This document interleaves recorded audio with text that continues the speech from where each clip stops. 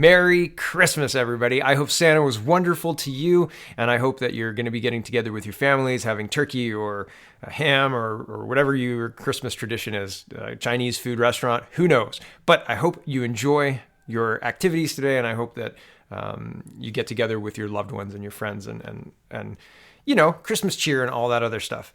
This was the crazy... I was surfing the internet, as I do, and I couldn't believe this was actually really Jagmeet Singh, who sent this tweet at nearly 8 p.m.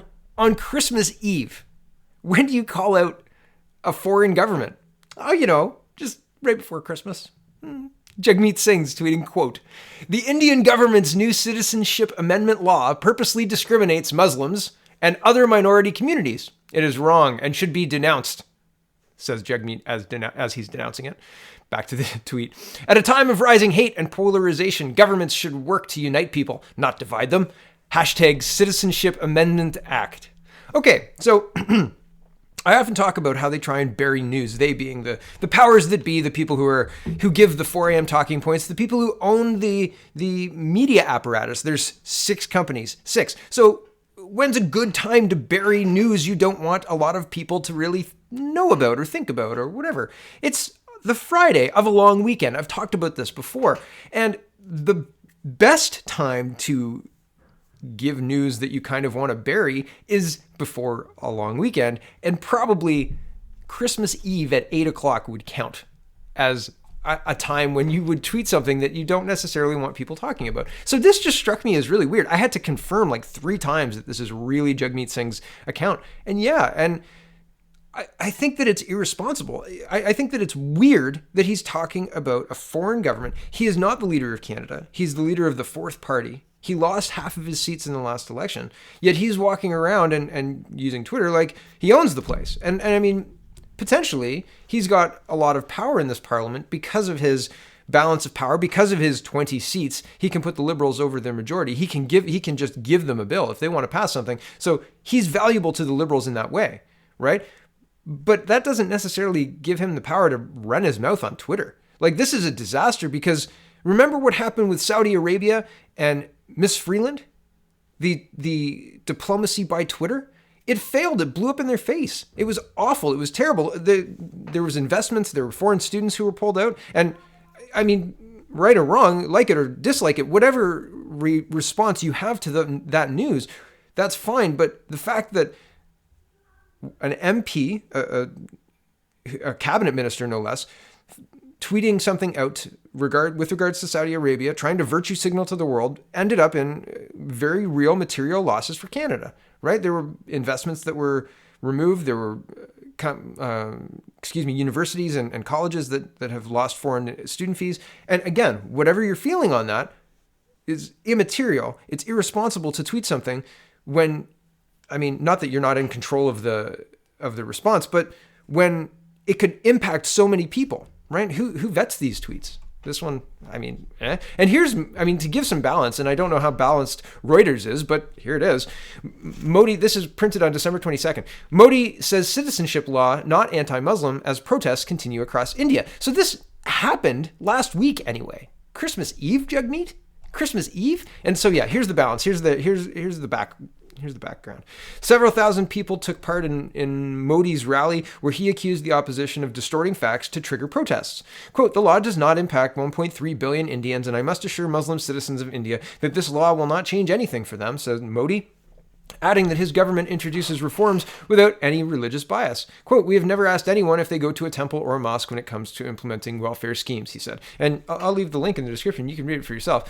But focus on Canada. Man, you're an MP in the Canadian Parliament. If you want to have a say in Indian affairs, go to India, right? I think maybe there's a path for that, right? Like, I mean, if that's what you want to do, go do it. But don't use your position as an MP in Canada, as a party leader in Canada, to call out the Indian government on Christmas Eve.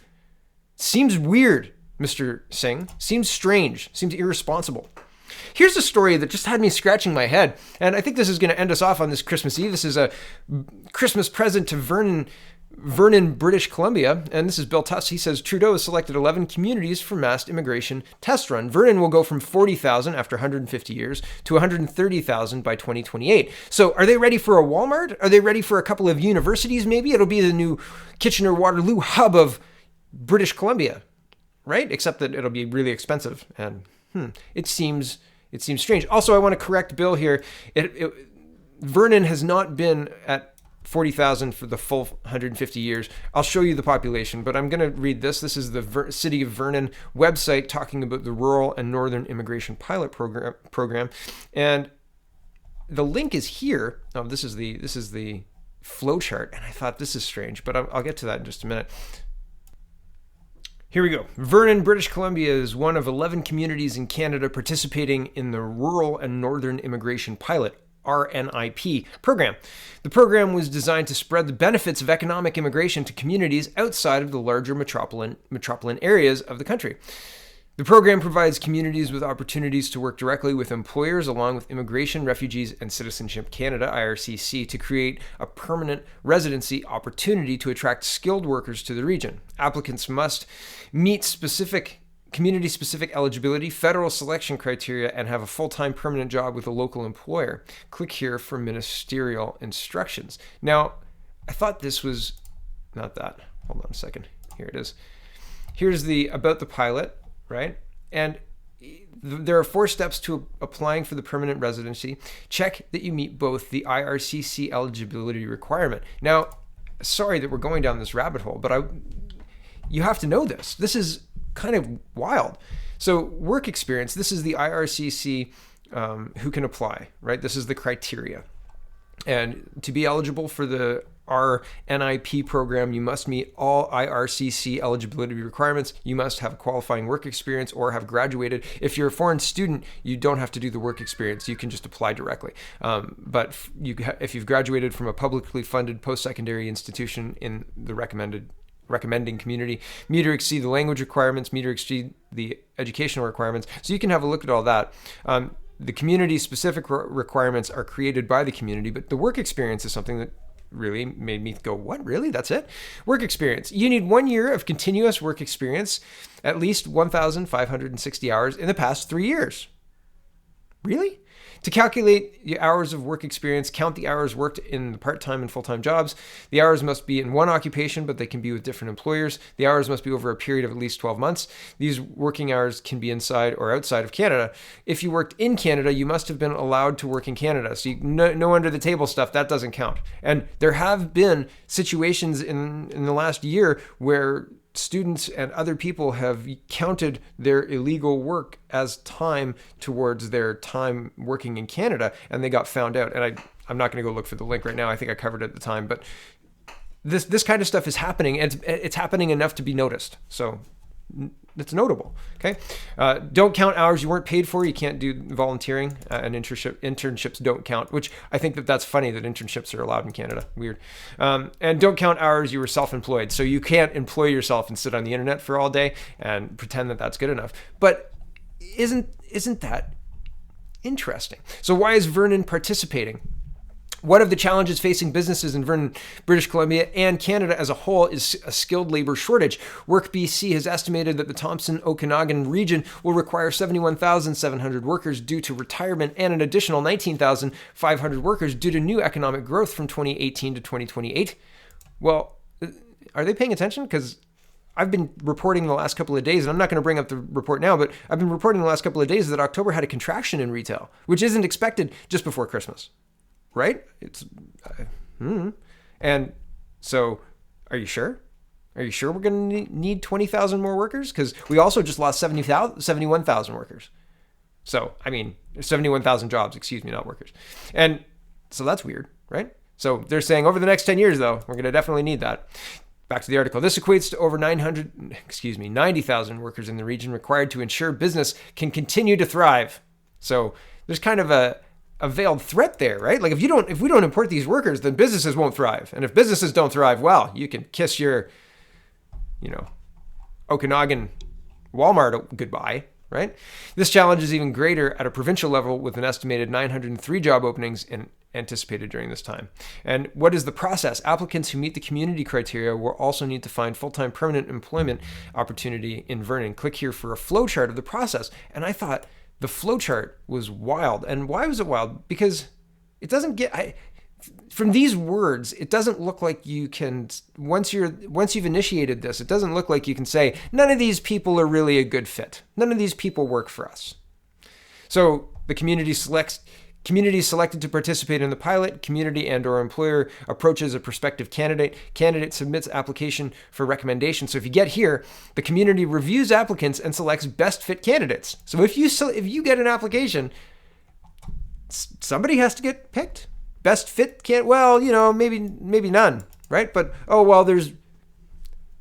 it seems weaselly. It seems weaselly, right? It seems like there's an assumption that there will be quality people, and maybe there won't be. There have been situations I've read where nobody applies. There have been situations where people applying don't meet the criteria or don't meet the necessary work level. Like I need an IT tech and this person's a barista, right? Or whatever. So best fit. Could you train the barista? See, it just seems like they're going to be able to use that to push. And when you push, you don't get necessarily what you anticipated.